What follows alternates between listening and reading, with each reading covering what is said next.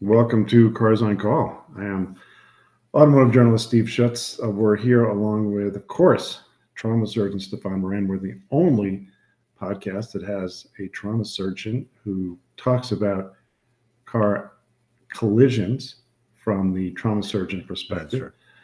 And it's cool. We get lessons from someone who really knows, who's in the trenches. Good morning, or not good morning, afternoon, Stephan. Afternoon, Steve.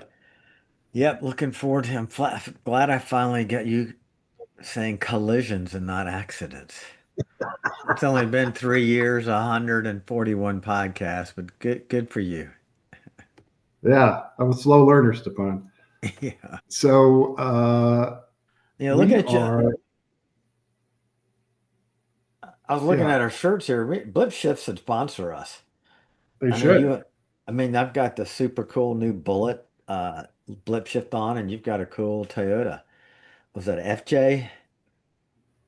It's the original FJ40 Land Okay. Cruiser.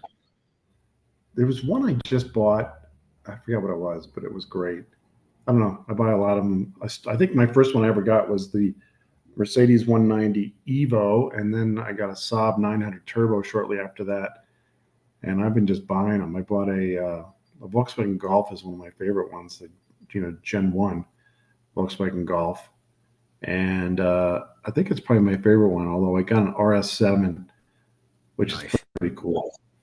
Yeah, so Yeah. for you listeners, Blip Shift is a company that does people can submit a design to for a t-shirt car related. And then if they choose it, they'll do a limited run and you basically have like 24 to 48 hours to buy one before the limited run runs out. So look at them, subscribe and just some great t-shirts and they're reasonable too, like 20 something bucks with ship plus shipping and very nice t-shirts. They're great for enthusiasts. They're really, really good. And it's like a Snapchat because you got you know you click on the email, it tells you how much time you have before it goes away. Yep.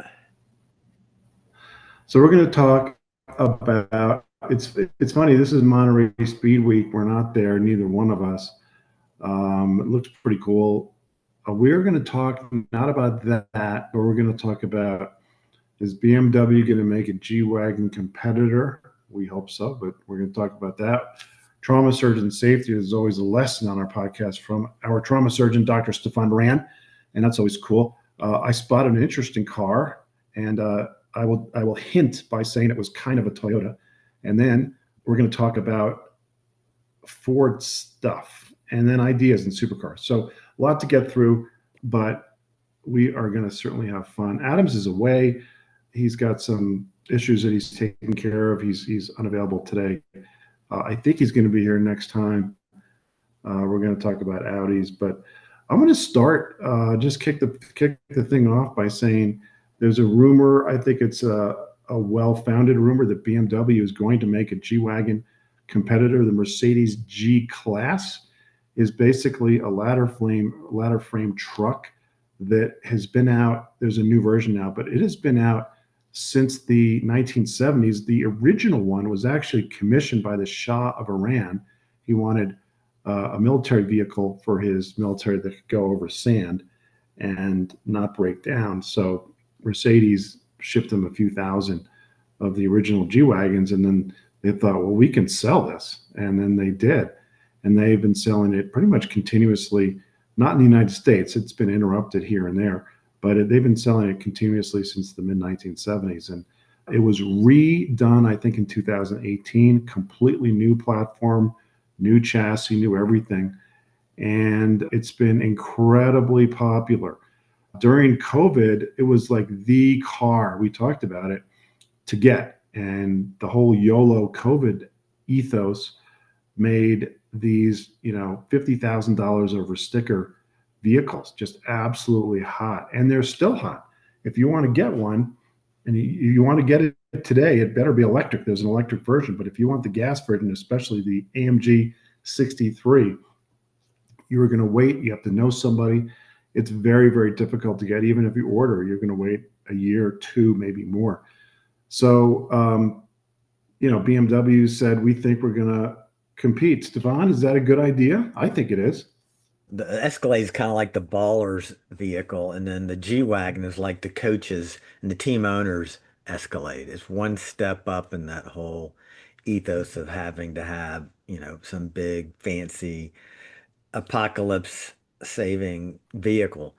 I think the G-Wagons, I think they look cool, but I would not want to drive one around town every day, which is what they are. It's a military-based vehicle that's got unbelievable all-wheel drive, four-wheel drive, locking differentials. You can even get one that's, I forgot what they call it, where they jack it up even higher. The But it's, 4X4. Yeah, yeah, the that's the 4X4. really off-road version. And so, I mean, I'm sure that, every company's looking for a niche that they can continue to get money out of. And I think building a competitor to the G-Wagon is going to be tough because, it's like it's like kind of like the Camaro versus the Mustang. The Mustang had been around a lot longer. There's a lot more associated. There's a lot of emotion with this G-Wagon. It's something that somebody thinks is just the coolest ever when really it's as an everyday tool, it's not. It's not that big. But I'm sure this is an affluent group of people that buy these. They're status symbols, they're Gucci, they're bling. And sure, if I could get a little piece of that pie, why not? Yeah, I think that's right. It's a hell of a pie. I've driven a number of these over the years in testing cars. I drove the previous. Oh, that's kind of cool rendering. I drove the previous generation one, which was pretty decent, actually, not bad. The new generation is way better. It is excellent on the highway, really good on the highway. It's great around town. An Escalade is great, but it's hard to park because it's so Right. big. This is a lot smaller. And, it seats four comfortably, five in a pinch. I think the average number of passengers or people in the car, if you look at all G Wagons that are driving around Beverly Hills, the average number of people in it is one. One, But who cares? It has way more functional ability than users will ever use. No one's going off road in these. These are baubles for people in high income zip codes. And you were in Annapolis recently. I'm sure you saw a few G wagons. yeah, I'm in saw Sun some G-Wagons. Idaho right now. I always see a G wagon when I'm walking around. These are extremely popular with people with a lot of money. Is it old money, new money? It's more new money than old money, but who cares? And if BMW can get a piece of it, it would be great. I was thinking, you know, I'm not going to take credit for this. This is Doug DeMuro said this, but he's absolutely right. Ford needs to take the Bronco and make a Lincoln version of it, like a G wagon. I think that would be popular. That's true. I can't Absolutely. imagine Lexus doing it.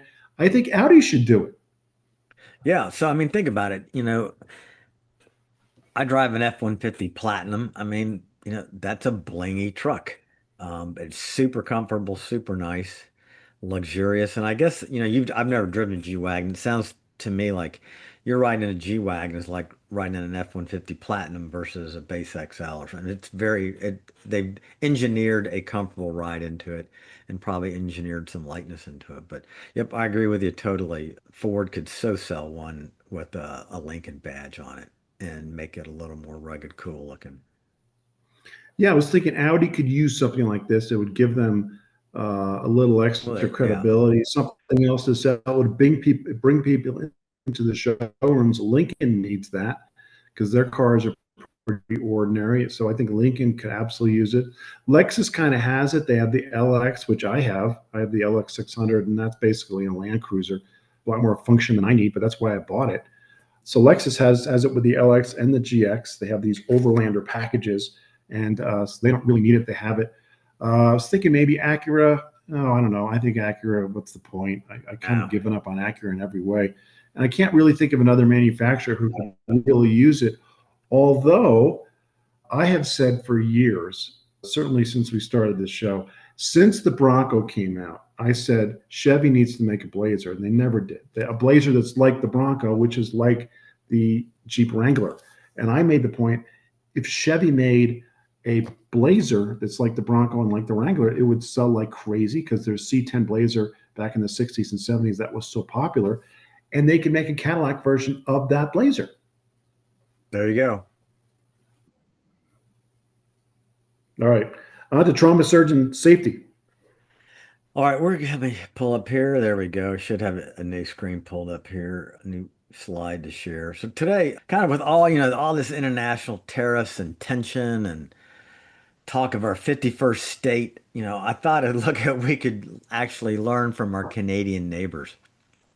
And because it's, we're both North America. I know I'm keeping Mexico out of this because in terms of GDP and development, I mean, we're us and Canada are very, very similar. There's a lot of similarity there.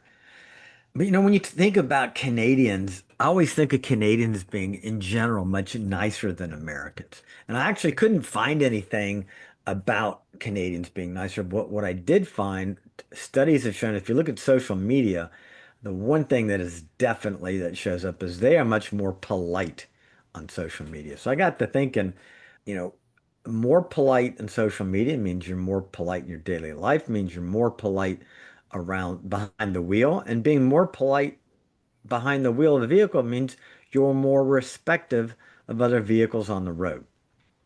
So, and if you look at this slide I brought up, this shows U.S. and Canadian fatalities per 100 million vehicle miles, and the red on top is United States, and just under half the Canadian rate is just under 50% less than us. Okay. That's a huge difference for two very similar countries on the same continent. And you can talk about weather being worse up there, all kind of things. And they went in to try to figure out why is Canada's death rate so much lower than ours? And if you look at us, the recent here in like the last 4 to 5 years, our death rate per million vehicle miles traveled has gone up 33%, while Canada went down 18%. Something I talked about over and over on this show is pedicyclist death in the United States. While they went up 64%, Canada went down 24%. So they're making progress. We're not. Young drivers in this country's fatality rates went up 18%. Canada, they went down 54%. So in these three key areas, they are making huge progress, and we're not. Some things that we can say definitely we know that may contribute to this is they have stronger enforcement of seatbelt laws. They have stronger enforcement of what I like to call, we call it DUI, but they call it drink driving in Europe. I like that term, drink driving. They have basically zero tolerance. If you have alcohol in your bloodstream and you get pulled over, if you don't get tested, you go to jail. If you refuse testing, you go to jail. And then at any level, you can get fined for levels of which is not considered DUI, but you still get fined for driving and drinking. They have much stricter laws on cell phone, but they have a lot more speed cameras and other cameras to slow traffic down in the appropriate zones. So I think, you put all this together and, the intangible is they're nicer and they're more respectful behind the wheel. And I think I'm sure I couldn't find anything that talked about road rage incidences in the US versus Canada, but you can only imagine people who are more respectful of their fellow citizens on social media will be so behind the wheel. But once again, it shows we still have a lot to make up in this country. We have gone down a little bit in the last year and two, but we still have huge progress to make. But as I've talked about, it has to do with infrastructure, the way we do our roads, calming zones, all kind of things. But we can learn a lot from our northern neighbors. So in Canada, it's like Europe, and they obey the rules. They're used to speeding cameras and things like that. I totally agree. It's about rule following and kind of a European kind of way of looking at the French Canadians. They're more European than it's just here we're more rebellious. We don't like to follow rules. There are no speed cameras, there are very few, and people just are used to not obeying the rules here. Right. Yep. And it's okay to be nasty and call other people nasty behind the wheel. And so anyway, but yeah, so be more respectful like our northern neighbors, the Canadians behind the wheel. There's a lot to learn there. Yeah, the life you saved could be your own, right? Exactly. Yep. And funny, we're watching a TV show called Beef on Netflix, and it's about a lady who has a road rage incident, and it's pretty, and it really does kind of exemplify a lot of behavior you read and hear about of people just being nasty to each other, be kind and respectful. Simple. Yes. Yeah. Don't be a bully behind the wheel. Just be kind and respectful to all your neighbors as you'd want to be treated yourself, or you'd want a loved one treated by somebody else. Simple. Yeah, absolutely. Yeah. My wife used to always tell our boys about this Tim McGraw song, always be patient and kind. And I she didn't have to tell me, but every time she'd say it, I'm like, oh, Steve, you got to be more patient and kind. Yeah. Yeah, it's Anyway, not, yeah, I need to, I follow the same advice. Well, I will tell you this, my Ford with its Blue Cruise, I don't get nearly as upset or agitated behind the wheel because I'm just sitting there and it starts stopping on the interstate, staying in lane, keeping up. So it really decreases the stress behind the wheel in that kind of traffic situation. yeah, that's cool. Well, great trauma surgeon lesson. So thank you, Stefan. Hey, and thank you, Canada, for being an example for us. But Yes. all right, car spotting. I had a car spotting that was really interesting because this is a car, if you want to show it, this is a car you don't see anymore. And I remember 20 years ago, roughly, Toyota said, we're going to make cars for young people. They felt like, 10 years earlier, which is 1990, they made a Toyota for rich older people. And they said, let's make, to keep people in the family, let's make a brand for younger people who don't have money. And they made Scion. This is one of the last Scions they ever made, the IQ. This is a tiny, tiny little car, about the same size as a smart car. And I can't imagine they sell many of these, but this is at a work site, a construction work site near my house or near my office. And this is a tiny little two-seater. There's rear seats. You don't want to sit there. You don't even want to sit in the front seat. But this is a tiny little car. And the bottom line is this whole, I mean, it was interesting to see because you don't see Scions anymore. But it just reminded me, Stefan, this was a failure for Toyota. They came out with this a lot of fanfare. They spent billions of dollars trying to get this brand established. And after about 20 years, they totally gave up. And now you rarely see Scions on the road. I think a lot of them were owned by younger people who just didn't take care of them. A lot of these were probably repossessed and they were in accidents. And of course, you want to be in an accident in this. Stefan, you're a trauma surgeon. You want to be in an accident in this in this car?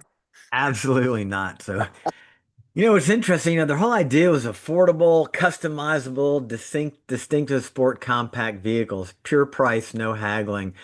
And like you said, the parents didn't buy them, the younger drivers didn't buy them.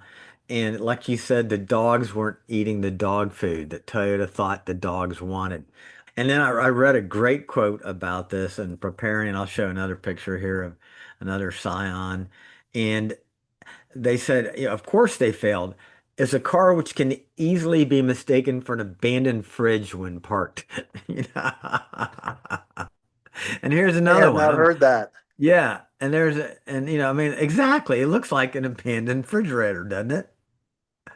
You know what's interesting? That's the XB, which is, Yeah, they made an XA, which is like a little weird compact car, subcompact.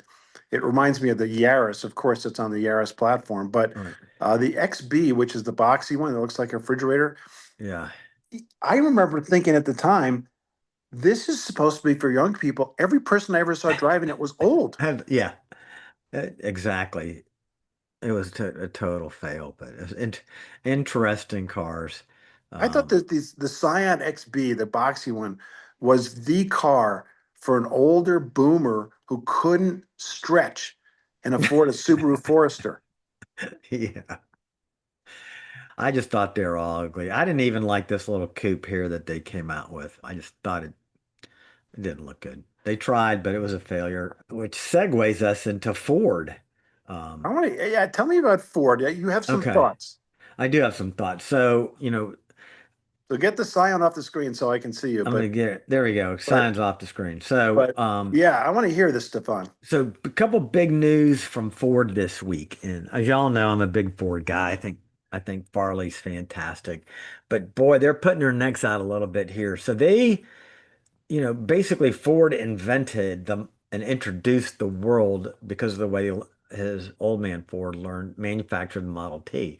The assembly line, I mean, that really took automobiles and made them affordable. And it's been talked about all over in multiple case studies. So Ford is trying really reinventing what they call the Model T moment, and they call it the Universal EV Production System. So what they're looking at is they're making a universal vehicle. So what they're going to have is they're taking this traditional single line assembly line, and it's going to have three main branches. So they'll do the front and the rear on separate lines. And then those two separate lines will join the third line, which is the center part of the vehicle, the structural battery that's got the seats, the consoles, and the carpeting. So it's kind of a three-box concept of manufacturing where you can change the front end, the back end, and the middle ends will change as well. But it streamlines it from a single assembly line to three. So they're putting billions of dollars in this. It will help long term, which is very By interesting. the They're way, also you just say it will streamline a single assembly line into I'm sorry. three. I mean, it will, three lines can go faster than one. So two lines into one. So yes, so the Yes, I'm synchronous sorry. building. It's yes, synchronous billing. Yeah, exactly. Thank you. And it's really revolutionary. But the other thing about it is it will improve worker ergonomics, and they're hoping it will decrease work-related injuries because they can more control the movement of the employees. And I'm sure there'll be a hell of a lot more computers on there. So I think it's a very interesting idea, and it's a lot of money in the EVs. This whole idea of they want to come in about the $30,000 point, but they can make a truck out of this, they make a car out of this, they can make a mini SUV out of this just by kind of changing the front and rear ends. I think it's very forward thinking. Clearly, this came out of their skunk works in California, where after, Ford Farley drove around a BYD Chinese car, electric car, they tore it apart, figuring out how, because the Chinese have really advanced manufacturing. So this is Ford's answer to be really competitive in the future manufacturing marketplace with the Chinese. So I think it's very forward thinking in terms of Ford. I think it's a big risk, but I think they clearly we will one day be where the majority of vehicles sold in this country will be EV. It's still a ways away, but I think this early on approach to lowering the cost of manufacturing these vehicles that could clearly come in at a price point now without any tax break from the government. So I think overall it's fantastic. I do think there's a lot of risk involved here, but we'll have to see. I don't know. What's your take, Steve-O? I have thoughts. Yeah, Um, yeah, I know you I do. I think number one, it seems very smart to me, and I Yes. think that this is I have not thought of this, and I think it's very smart. Like a lot of things, two things that really for me are the bottom line here.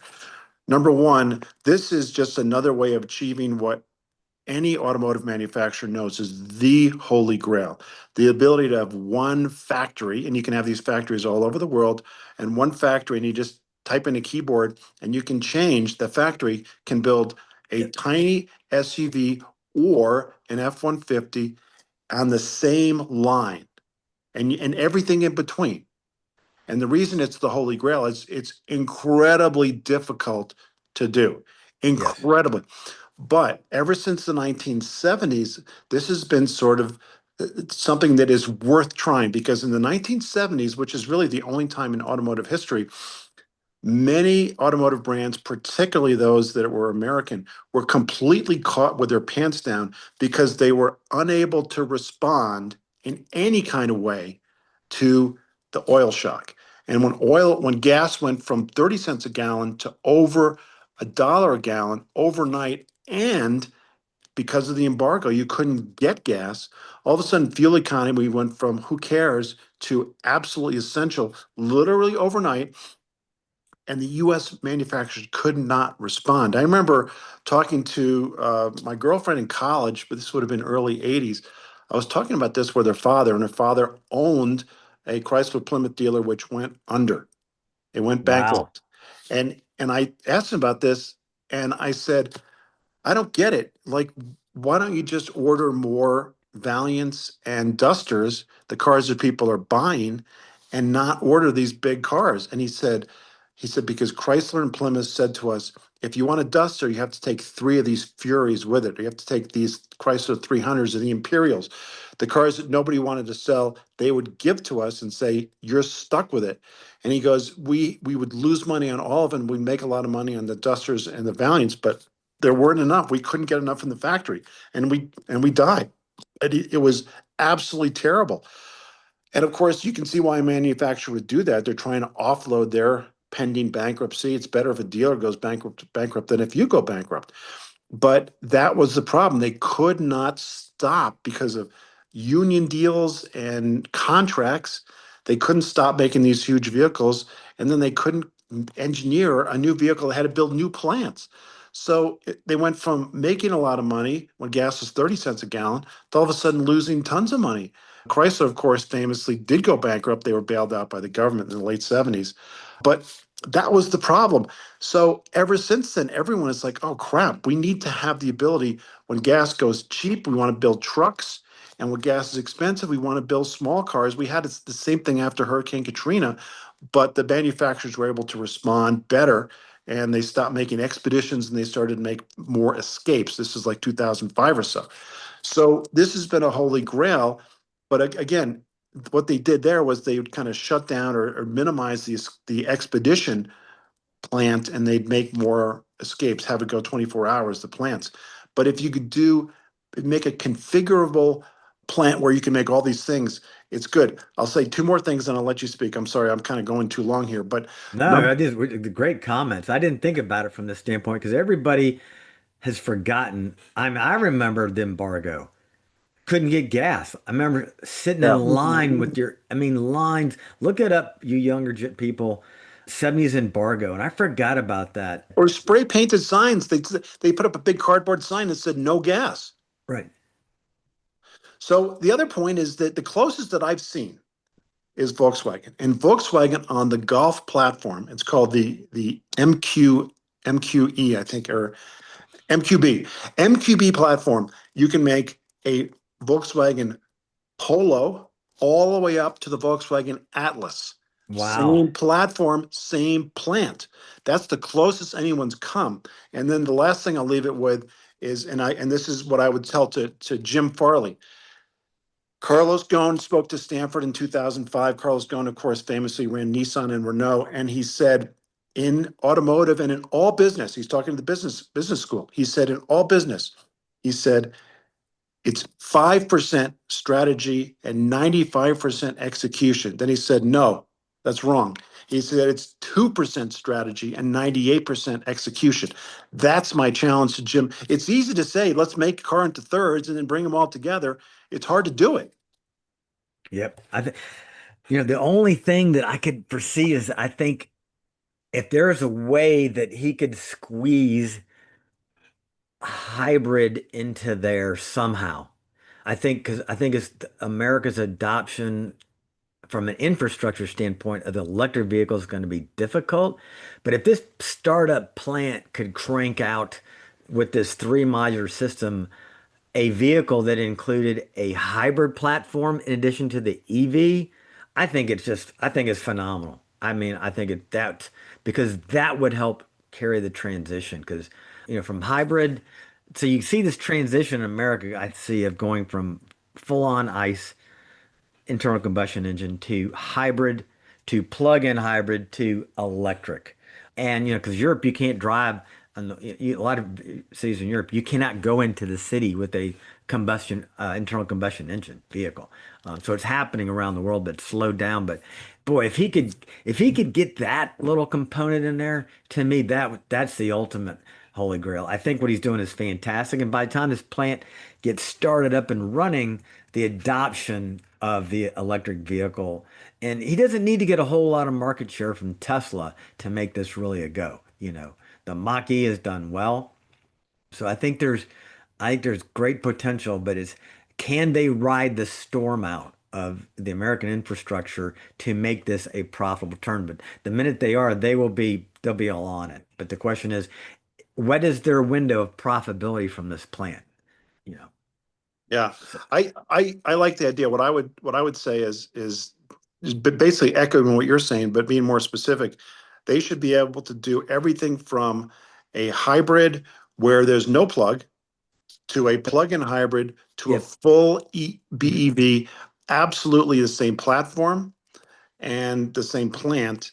And again, if you can make a, let's say, sedans are going away, but a small crossover, the classic, the really popular crossover that people are really, really interested in would be, the mid-size GM Ford. So like a Ford, the Ford Bronco Sport. The Escape is gone, but that size, or the Mercedes GLC. You've got a spectrum from working man to people with money. Same vehicle essentially, just nicer if it's a Mercedes versus a Ford Bronco Sport, but it's essentially the same vehicle. You can take that and on the same factory make it into like the Explorer size, and even like a pickup, almost F-150 size, maybe a little smaller, and even down maybe a little smaller than a Bronco Sport. And if you can do that and do it all in the same plant, and then the powertrain, same thing, completely the spectrum from mild hybrid, which is no plug, to plug-in hybrid to BEV. That would be absolutely fantastic. But I think it's very, very, very difficult to do. Yep. I know but I think it's what manufacturers are going to have to do to survive the transition, because our transition in this country will not be as abrupt as, say, Norway, Scandinavia, Europe. We're going to have a slower transition to a wider spectrum of BEVs on the road. So very cool. I'm excited for Ford. I hope this plays out well for Jim Farley. If it does, this will just be another crown, a jewel on his crown of being one of best CEOs in the history of the automotive industry. He's just done so much. He's been Um, fantastic. Yeah. Hey, so I'm gonna. Yeah. I want to go. Well, I want to talk one more thing about Ford's. Yeah. But go ahead.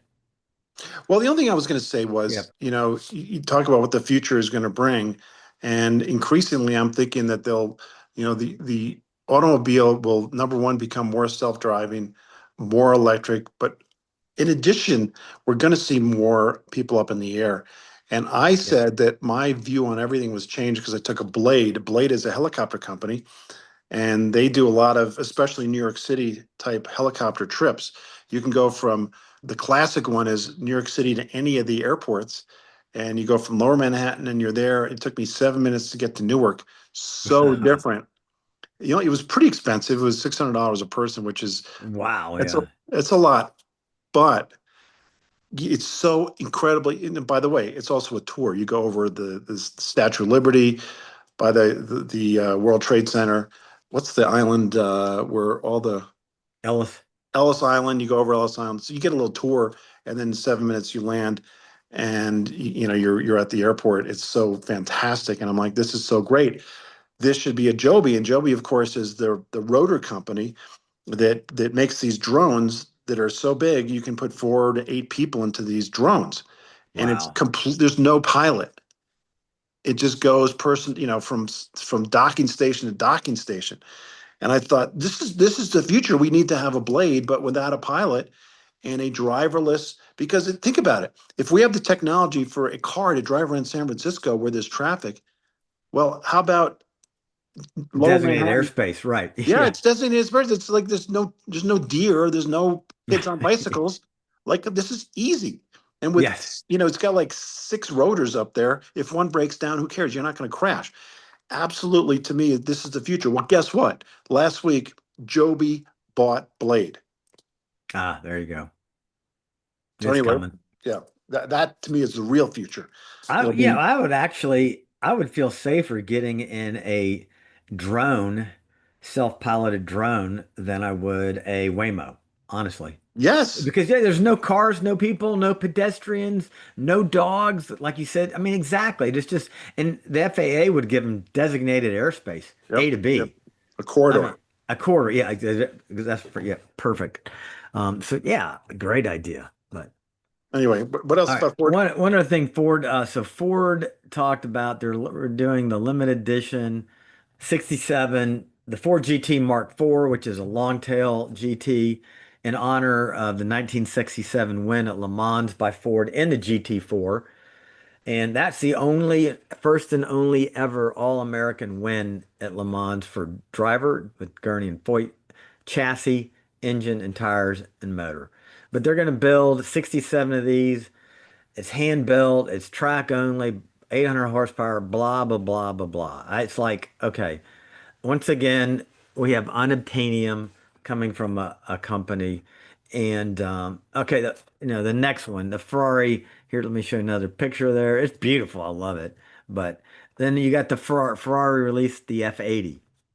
Okay, here's more unobtainium. This is also a V6, by the way, but it's a hybrid with batteries and electric engines. 1180 horsepower. Jesus, who needs that? $3.75 million. Okay. Then the next car that came out recently this week, this is all around, of course, people with Pebble Beach and Pebble everything. Beach, yeah. Gordon Murray, here's the S1LM. This is the Le Mans GTR based on his GMA, the T50, V12, but it's with the 6-speed manual. So now I'm getting a little excited. And then there were 5 LMs, S's that were commissioned. One person asked them to make 5 of these for him or her. Don't know if and it's the same thing. It's kind of a redo of the F1. But this just got me thinking, these are just I don't even get clickbaited by these things. I get these texts, emails, Instagram. I just go, I don't even look at them. I do not get excited about supercars. And maybe, but as a kid, Steve-O, I know you were like me. I was devouring everything about the Testarossa, the Countach, the Roof Yellowbird. And then, I mean, so these things were, and also I was looking at, of course, the other Farrah Fawcett poster, but all these supercars and these hypercars, to me, they do nothing. And I really have to believe it has to do with my age. We had the Rimac and the Koenigsegg and all these electric hybrid things. And there's this resurgence that people just want something a little more analog, a stick shift, a V8 or V12, not a lot of techno fuss. So I don't know about you, dude, but I don't get these. I don't even read the articles on these new vehicles. I don't even look at the pictures. It's funny you mentioned this, Stefan. I was thinking about this earlier today. I used to know absolutely every single model that Ferrari made. Now I don't know any of them, and I don't care. I think what it comes down to is this is almost sociology. The difference between a really rich person when we were kids, or when we were young, 70s, 80s, a really, really rich person could have a Ferrari. The Ferrari wasn't that fast. It wasn't really faster than a muscle car. It wasn't faster really than a Trans Am. It just wasn't that different. The life of somebody that was really rich wasn't that different from our life. We Yeah, everything was kind of the same. Now the rich have a different life than we do. They have yachts. They didn't really have yachts before. Now they have yachts. They live on their yacht. they There had was a airplanes. they have private jets. They didn't really have private They jets. have private ski resorts. Yes, private ski resorts, Yellowstone Club. Yeah, it's a Um, separation of wealth. The it's the rich have gotten so much richer. their life is very, very, very different from ours. Patrick, my son, was in the Bahamas about 6 months ago and he saw Jeff Bezos's yacht. Jeff Bezos's yacht is absolutely huge, but that's no big deal. There was a boat that was just as big as the yacht that was behind it. That's a sister ship that has supplies. So they can stay out. It has gas. It has all the food they need. Everything they need is on this supply ship, and then they go back and forth on boats, and they can connect and refuel. This is a different, and now the rich are starting to go to space.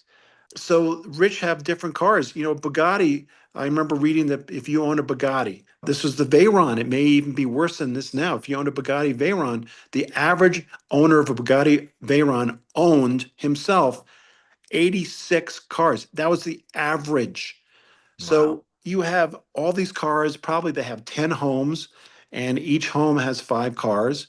And then you have the collection. They have a different life. We can't relate to them like we used to. And I think can't relate to the cars that are being built for them.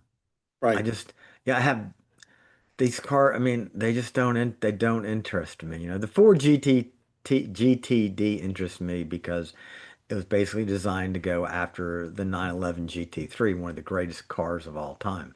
So to me, that's interesting. It's still a And it's a 350. cool Mustang. It's a It cool looks like a Mustang, Mustang. right? But the all this other stuff, I just. But what else are car magazines going to write about? I understand that, but I just find it incredible. I find it. I have zero interest in all these new exotic and hypercars. None. I just don't care. Yeah, I think that, I mean, think about it. Back when we were young, you could have an affordable muscle car that gave you a pretty similar experience to driving a Ferrari. It wasn't that different. Yeah. It's totally different driving, a car that goes 0 to 60 in less than 2 seconds. These McLarens and especially the Gordon Murray car. Think about it. You have sex with Farrah Fawcett. It's not that different from having not the first time, but the tenth time. It's not that Yeah. different. Yeah. So it was all kind of the same back then. And now maybe that's the only thing we have in common with the rich. But you know what I'm saying? It's such a different thing. And the cars are too, and therefore we're not interested. Yeah. Right. Completely inaccessible, completely, foreign. Just like, you know, I can't imagine living on a yacht for 6 months and everything's I just can't imagine. And yeah, it's crazy. Yep. I guess be grateful for what you have and smile Yes. Yeah. and all those muscle, all the hypercars. Who cares? But it's like I'm not even envious. I wouldn't want one of these cars. It's Uh, just I it wouldn't doesn't either. there's nothing to these nothing about these appeal to me.